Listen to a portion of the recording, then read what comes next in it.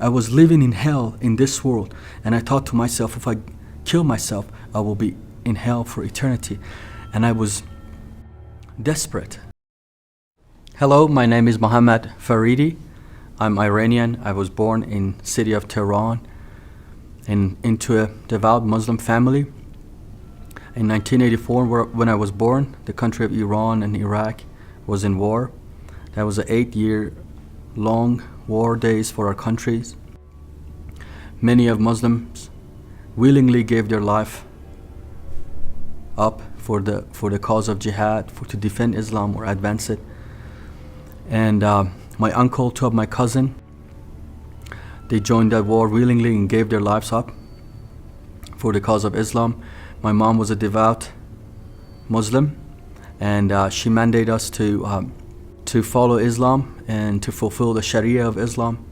Even though we speak Farsi in the country of Iran, we had to learn Arabic in order to speak to the God of Islam. That is the only language accepted by Allah, the God of Islam.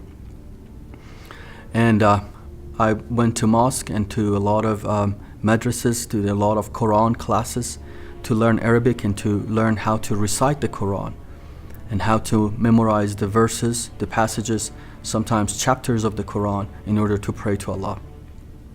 They told us a good Muslim, if he recites and memorizes the Quran, he would not burn in hell, because your brain, your body will have the eternal word of Allah in it, so it would not be burned in hell. So that's what I did. So I started memorizing a lot of the chapters. One day I was praying to Allah, and at the time of my prayer, when I was 7 and 8 years old, and I was praying in Arabic and reciting those prayers, but I did not understand what I was saying. So I went to my mom and asked her, Mom, is this God, the God of Islam, would not speak Farsi? Does he understand Farsi? Can I speak to him in Farsi? My mom said, you do not want to be tormented by Allah. You do not be tortured by Allah. A good Muslim only surrenders, only submits. So I went and from that moment on, I did not ask any more questions. I just put my blinder on and just followed Islam. And I washed myself every day, prayed 5 times a day before dawn till after dusk. I prayed 5 times a day to Allah and recite those prayers that I did not understand what I was saying, but out of fear, I just prayed and prayed. During the month of Ramadan, I fasted 30 days. You do not eat or drink during the whole day. That's again before dawn till after dusk. Sometimes during the summertime, it's about 14 hours long. It was hard, but we did it because as a Muslim, we do not know what is going to happen to us at the day of judgment. Allah will hold a scale, and in that scale, He put the good deeds on the right hand, the bad deeds on the left hand. And I tried with these rituals, I tried to score good deeds, so that I have more good deeds, but I never knew how much of this would be enough. When I finished the Revolutionary Army with that dream, I was in a lot of despair, a lot of depression, and I was hopeless, and the only hope I had to die. I contemplated on suicide. I thought I'm going to get rid of myself, but I was afraid, because if as a Muslim you commit suicide, you end up in hell. I was living in hell in this world, and I thought to myself, if I kill myself, I will be in hell for eternity. And I was desperate. I was really desperate. And one day I called a friend of mine, and we grew up since age 6. Ironically, his name is Rasul, means the apostle. And that day he came to me, and we talked about how is his life doing, what is he doing. And I felt something is really different about him. He was so calm, so peaceful. And I asked him, Rasul, what is going on with you? What is happening to you? And he told me that he became a Christian. And when he told me that, I said, what is that? Can you become a Christian? That was the first time I was hearing about Christianity without bad-mouthing it, or without saying that it's corrupted and it's altered, that it's bad thing. And he was telling me about the love of God. He was telling me about Jesus and the miracles happen in their life, and the things that happen into their lives, the miracles and the good things. And we talked about 2 hours. Many of those stuff I didn't even hear him. It was going over my head. And we argued and we discussed, and I tried to counter his arguments and the things what he was telling me. The God I was talking to him about it was an unknown God. I did not know what I was talking. I was just echoing what I learned from my parents, from my grandparents, and from what I learned in mosque, and I was echoing that. But the God that he was talking about, it was like a friend of him. He knew what he was talking about. After about 2 hours of conversation, he was kind of wore out and said, look, you asked, I told you. And this is the last thing I'm going to tell you. Jesus, he was beaten, he was bruised, he was crucified, he was his blood was shed, and he died for your sin that you have everlasting life. When he told me that sentence, he said, God so loved you that he has given his only begotten Son for you and for your sin, that you have everlasting love, that you have eternal life. When he told me that, every lie that Islam till that moment was telling me was exposed in front of my eyes.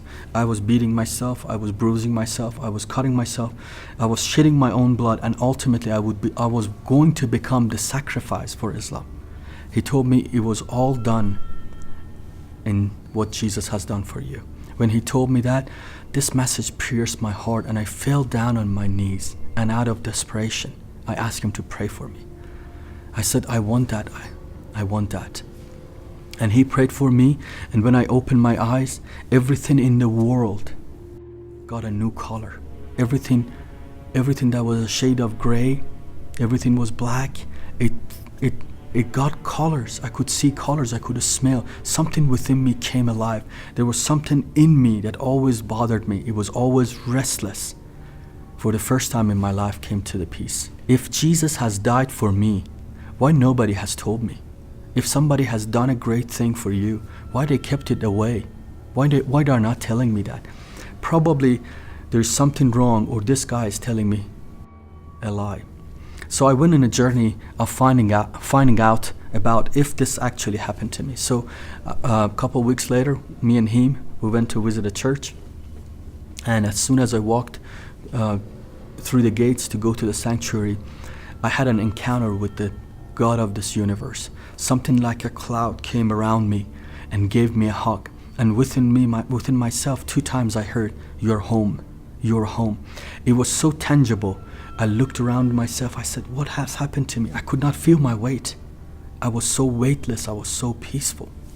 After the church service, my friend out of his pocket bought me a New Testament in Farsi. He said, this is the living word of God written for you and for my life.